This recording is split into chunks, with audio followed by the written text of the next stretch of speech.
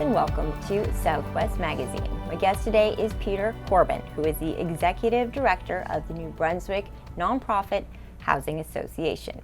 He will be in St. Andrews on Monday, January 27th from 7 to 8:30 p.m. at the W.C. O'Neill Arena Theatre to give his interactive talk, Let's Solve the Housing Crisis.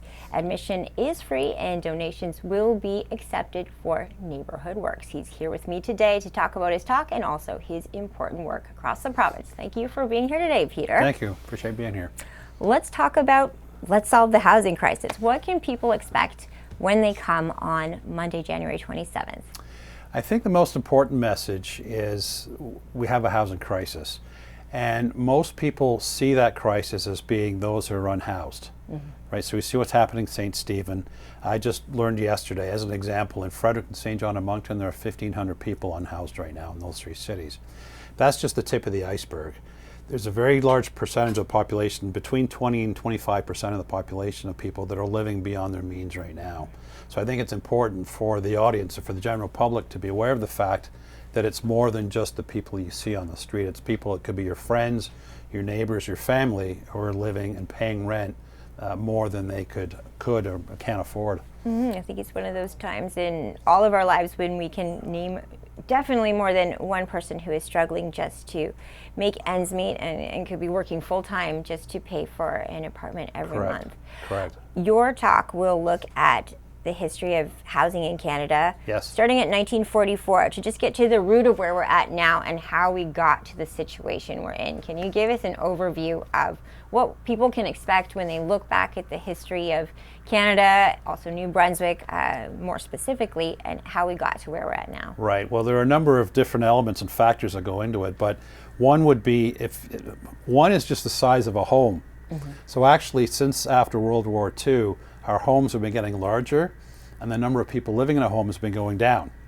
So we're taking up a lot of area, not just in the homes, but in the property to house less people. So that's sort of one part of the history. The other part of the history is, realistically, we have needed nonprofit housing or affordable housing for centuries. Realistically, about 20% of the population generally do not have access to affordable housing. The federal government, whether it was conservative or liberal at the time, put a lot of investment into public housing and nonprofit housing from the late 70s to the early 90s, and then just backed off. So if you look at the number of nonprofit housing units we have across Canada, we represent about 3.5% of total housing stock. So whether it's New Brunswick, Ontario, BC, roughly 3.5% of all housing units are nonprofit or public housing. We need to be at about 20%. 20%. Some EU countries or cities like Vienna, for example, are much higher, but we're very low when it comes to addressing the lower 20% of the income earners in Canada and the province. So part of the history is our homes are getting larger. The private sector, obviously, for a long time has been, let's build larger, which is changing now in New Brunswick, which I really love seeing. I hosted a workshop 3 years ago, and builders in the province said we need to build smaller homes. So that's part. So you've got the larger homes, you've got especially the federal government walking away from investing in affordable housing in the early 90s. So a lot of us in the nonprofit housing sector will say, really, we were abandoned 30 years ago. So part of the crisis is we've had to go back to what happened 30 years ago. But as we all are aware, in New Brunswick especially, because of the in-migration and our population growth, that's another element that kind of plays into increased housing costs. And what we wouldn't believe to be true, in 2019, we are where we are today because we've got, our population has grown, but the ability to house that in population growth just has not been there. Wow. And that has a lot to do with, would you say, the pandemic and the amount of people that decided to move to New Brunswick all at once? I know that we experienced that in Charlotte County, a spike in population just because this was a great place to be. Yes, I think it's both. Obviously, there's been a lot of immigration into the country, which we do need, okay, because baby boomers are retiring and leaving the workforce. But I think we've got the double whammy here in New Brunswick. One is that immigration, which is great, yet at the same time, like we all know, the number of people moving to New Brunswick just drove housing prices way up. So I think that provinces like New Brunswick, Nova Scotia, and PEI probably got the worst of it in that context, because it's kind of like, hey, I can move to New Brunswick and come out ahead a few $100,000. Nothing against each individual; it's a great and free country, but you layer all of those together, and that got us to where we are today. What I love about your presentation that you'll be doing at the W.C. Neal Arena Theatre is that it's interactive. It's a call to action. Mm-hmm. People in the audience can participate, share ideas. So I'm going to ask you a big question right now, though, is how do we get more affordable housing? What solutions are you specifically looking at right now? And are there communities doing it well? Some are doing it well. We're never doing enough. But I'd like to draw a lot, as you may be aware, I did a lot of work with climate change back 15, 20 years ago. To me, I see a lot of analogies between the climate crisis and the housing crisis. So if you go back to the 80s and the 90s, and even the early 2000s, there were few of us who were concerned about climate change and climate crisis and what's happening today. And some of us were in it because we've learned a lot, and we did a lot of work in energy efficiency and moving to renewable energy. But we're in our own little bubble, okay? And, for example, the work I did with Al Gore 16, 17 years ago to take the message about the climate crisis out to the general public, I believe has had a lot of impact on change. And the most important thing is anyone can do something about the crisis. So, for example, with the climate crisis, you can go from, look, I changed my light bulb, right, to, buying an EV or insulating my home. But if you look at the nonprofit housing sector, it's a sector that most people in Canada are not aware of. For example, in New Brunswick, our organization represents about 170 nonprofit organizations that own and operate about 6,500 units for low-income households, seniors, and families around the province. I would say 95% of the population do not know we exist. So one of the primary challenges we have in this sector, we need to let more people know that we exist so they can get engaged. But a good starting point is just being on the board of directors. So we did a survey at our annual conference last May, and we learned a couple of startling numbers. Number one, about 65% of our members, board members, which is about 1,000 volunteers around the province, are 60 and over. 40% of them would like to retire in the next 1 to 3 years. So that is roughly 400 people that would like to retire from being a nonprofit board that are providing nonprofit housing for people to live in affordable housing. Of those 40% of our members, board members that would like to retire, most of them will say good luck finding new board members. The demographics are changing. People are changing the way in which they engage from a volunteer perspective. So we're at a point where we need to grow the number of units. Depending on the reports that you read, we need to double the number of affordable or nonprofit housing units in this province in the next 5 years. That's going from about 6,500 to about 13,000, which we need more carpenters, electricians, plumbers. As everyone knows, you got to get, we need to increase the number of tradespeople that can participate, but we also need people that are willing to put in their time and effort from a volunteer perspective to actually help be stewards of growing this sector. And we've got nonprofit organizations that own, one of our members up in the northeast, they own a duplex. The chair board is 83 years old. He's a part-time bus driver, and he's the one that gets the call when the toilet's plugged. That's not sustainable, right? So we need to look at what the nonprofit and co-op housing sector looks like, 5-10 years from now, and part of that means engaging more people, letting contractors know they do get paid to build nonprofit housing, right? Yes, it's not just you don't give away your time. So there's a lot of pieces that need to come together to help increase the number of nonprofit units.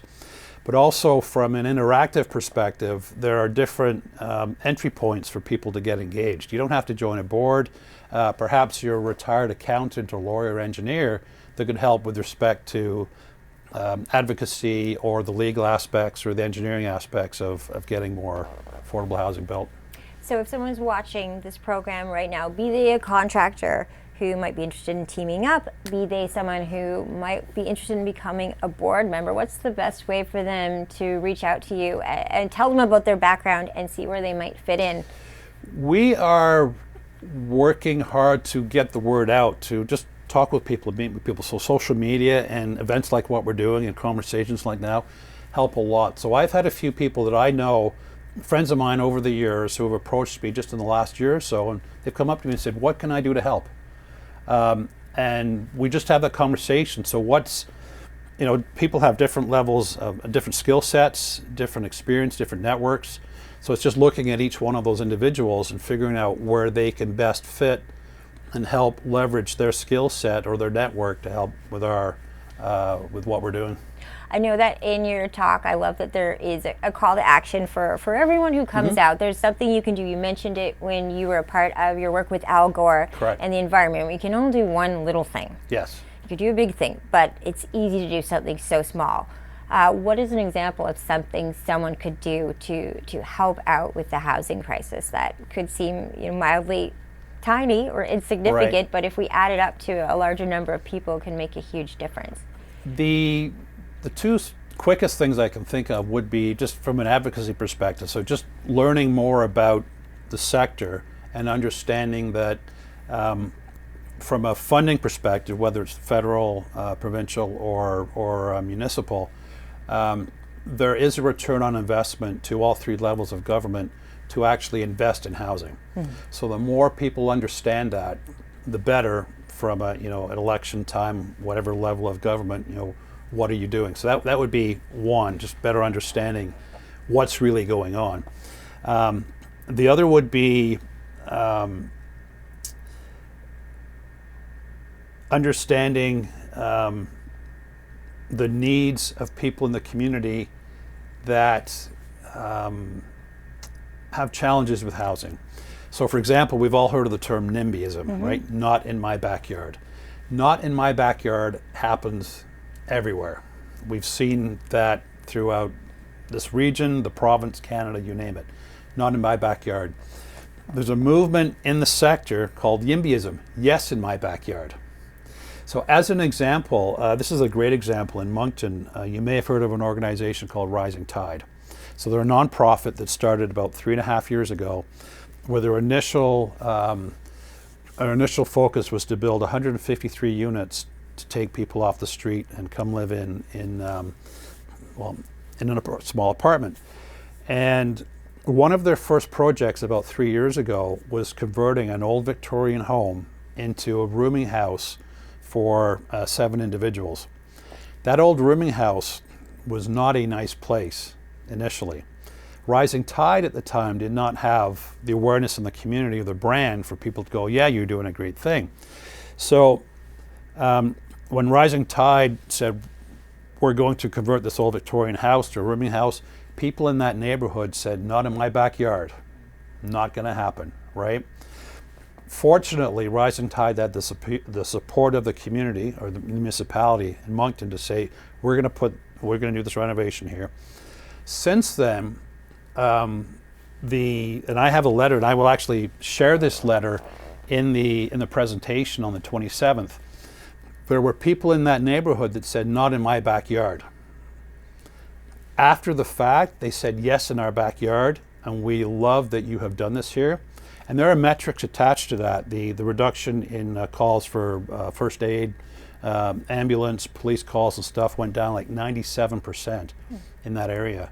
So I think that one of the things that we should really encourage people to better understand is that we can and should work together as a community to help provide housing for those less fortunate. So those would be the two. That would be just an education perspective, but there would be others around if you've got volunteer time available, or if you've got, we have a few contractors now around the province, general contractors, who are actually starting their own nonprofits, as an example. So we've probably got about 5 or 6 now that I know of in the province that are saying, you know what, I've done well over the years building private developments. I'm going to do this as a nonprofit now. And can you tell us a little bit, give us an example of one of those contractors that you work with and how they collaborate? Certainly. Actually, there are a couple in Miramichi. One gentleman called Blair Martin, another one called Jesse Tucker. Have both done well in the private development sector. One, actually, they're both from the area. One went out to Alberta and came back. One was went to Toronto and came back about 4 or 5 years ago. And they're seeing realistically that part of the market that requires lower rent. They, as contractors, now they have a board of directors, they're a nonprofit, so you've got to make sure that everything's done ethically and above board and such, 100%. But there's an opportunity for contractors to physically build something, turn it over to a nonprofit, and then the nonprofit are in a situation where they're able to provide lower rent for decades. Wow. Sometimes rural communities have a bigger struggle because it's harder to get contractors to come to the community. I can give you an example in St. Andrews of our town council, the current town council, decided to give a grant to a developer to develop affordable housing for the community, with the idea being that eventually the tax base would grow, and because of that, the money would come back to the community. Yes. What's your advice for rural areas when it comes to creating more affordable housing, because they definitely do have more challenges in getting contractors interested? There's 2 or 3 answers to that. Education, getting more people involved. In fact, just yesterday we had a workshop in Fredericton. We had the new minister responsible for housing there. We had organizations, contractors, builders, nonprofits, government departments all working together to partially answer that question: how do we collaborate better? But specifically in rural communities, which I'm very, very much an advocate for, is number one, you may have heard of the term STPs, or same 10 people. Every small community, even large communities, have the same 10 people to get stuff done. Right? They're connectors. They're sitting on the boards. They're on town council, et cetera, et cetera. So getting the STPs engaged, I think, is a really important piece. Just get them in the room. Let's talk.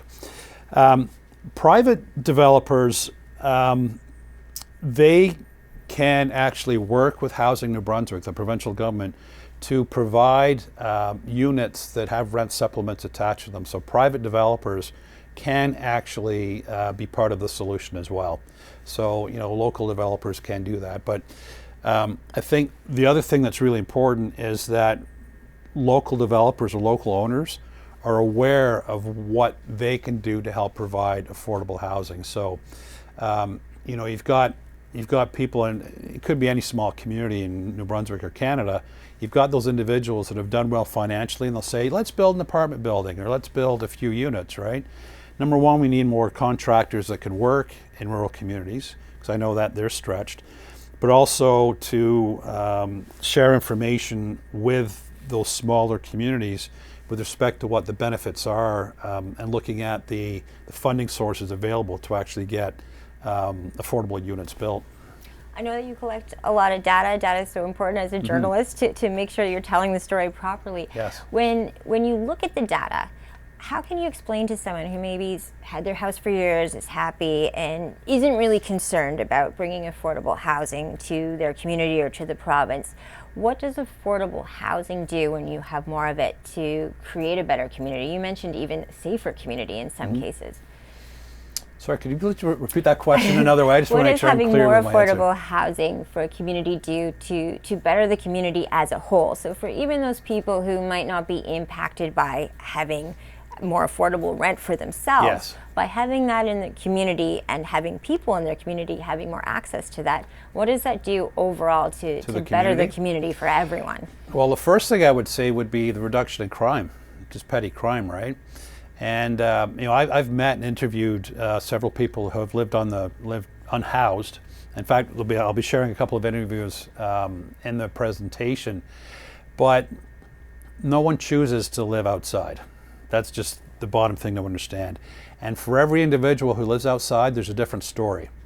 We cannot brush everyone with the same brush who are living unhoused right now. So I think it's really important to understand these are all human beings. They're all individuals. They're all people with their own path, their own story, their own history. So that is just understanding that. But there's a concept out there called housing first, and it was actually initiated in Finland a few decades ago, where philosophically, governments, any level of government, can look at the journey of someone that's unhoused and understand and provide housing first before they do anything around improving where they're in life. Like there's a lot of programs in place to help people, but the core, at the end of the day, if someone wakes up in the same place every morning with their own, their own stuff and their own possessions in the same place, that's a start to help them on their journey back to being a productive part of society. You brought Let's Solve the Housing Crisis on the Yes. road. This won't be your first talk. Correct. What have you noticed going around the province and bringing this to people? Have there been innovative solutions that you've heard from just community members? And what do you garner from having these community conversations? Do you feel like it's making a big impact? I do, absolutely. The first would be especially audience members who are learning about where we're at and the journey we need to go on. There will be people in the audience saying, you know what, let's talk afterwards. I'd like to learn more about this, right? So literally yesterday I was in a workshop in Fredericton, and I won't say who, what, or why, but I made a connection in that led to the potential for substantially increasing the amount of investment from New Brunswick citizens back into affordable housing. So it's just finding those connection points and saying, okay, where's the lever here to lead to more capital or capacity to build or capacity to manage in a particular community. So really, the more we get the word out and the more we can be strategic about those conversations and where people can and want to play a role, I think is really important and critical. What are your biggest concerns for where we go next as a province? Really understanding the housing needs of tens of thousands of New Brunswick citizens that we do not physically see today. We can share stories and which will be seen in the presentation. We can see and hear these stories of people that have been on the street. But my greatest concern over the next 15 to 20 years are the baby boomers who are retiring, that don't have that old age security or pension and such. There's going to be a tidal wave of people my age and older that will be really, really challenged when it comes to affordable housing. And that the biggest message I'd like to share is that we're the tip of the iceberg. And if we look at the tip of the iceberg as those that we see unhoused, that water level is going to go down quickly, and the tip of the iceberg is going to get a whole lot bigger really quickly. How's that for depressing? Oh, no. Sorry. I should mention that your talk, it starts looking back to 1944. Yes. But you're looking ahead to 2044. Correct. Okay. And do I dare ask what you see that far down the line? If You we dare, make some you right dare moves. ask 20 years from now? So my colleagues and I across the country, so I'm the executive director of the New Brunswick Nonprofit Housing Association. I have peers across the country. Every province has a similar association, as we do with a federal association as well, or I should say a national scoped association, the Canadian Housing and Renewal Association. Our goal is to get that 3.5% of housing stock in the next 20 years from 3.5% to 20%. So picture the challenges needed. For example, let's say selling a widget, it could be this cup or a car. Basically, we need to increase our productivity and availability of what we develop sixfold in about a 20-year period in order to ensure that Canadians and the lower 20 to 25% of the income brackets can access affordable housing. That would be huge. What's your message to the three levels of government in terms of their role and where they should be thinking going forward? All three levels should invest more on a simple scale. And I think one of the messages that's important to share, which I will be sharing in the presentation, is there's a return on investment for taxpayers at all three levels to address that. So we can sit here and say, yes, we need more funding from all three levels of government, but it has to be strategic. And I think it can be more creative than it has been to date with respect to leveraging certain pots of money to get housing built. And like I said, all three levels of government can play a role. It's just a matter of being creative about how we do that, as well as improving the efficiency of how we do that. So for example, at the municipal level, municipalities, and I'm an engineer, so I got spreadsheets. I've looked at the zoning requirements of about 30 smaller communities in this province, and the list is this long. There's no need for it to be this long. We can simplify that. We can share best methods between municipalities. We can come up with designs or catalogs to help accelerate the rate in which housing can get built. We can look at modular manufacturing, which can have a huge impact. So not much investment in modular manufacturing could help accelerate the supply of housing as well. So there's a lot of aspects to it. So it's one thing to say more funding from all three levels, but at the end of the day, we need to be much more strategic about how that funding is leveraged in order to return on the investment for the social investment for the country, the province, and our regions.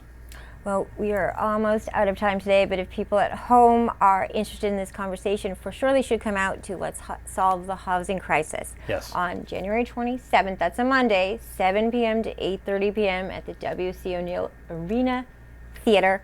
Free admission, but if people want to, they can bring a donation to Neighborhood Works. I'm going to leave the last minute of the show to you, Peter, though. Why should people, we will be there, CHCO will be there to record it as well, but yes, we'd really love people to come be a part of the audience, a part of the conversation, and share their ideas and thoughts as well. So why should they come out? So first of all, the two places, though, the tickets are free, but we would like to know how many tickets there are. The people are picking up, so they can go to housingaction.ca. So that's housingaction.ca, and there's a link there to go to tickets, or they can go to my personal Facebook page and see a post there with a link to the tickets. So that's the how. The why, because like I said earlier, a very small percentage of the population are in the business of providing affordable housing, and we really do need to expand the number of people who can get engaged. And like I said earlier, anyone can do something slightly different to participate in that process. And I hope the message that comes through clear on the 27th is that there's a role for everyone to play. What can we help do to facilitate that process for them? Thank you for sitting down with me today, and I will see you very soon on the 27th. Thank you, I appreciate it. My guest today has been Peter Corbyn, Executive Director of the New Brunswick Nonprofit Housing Association. I'm Vicki Hogarth. Thank you for watching Southwest Magazine.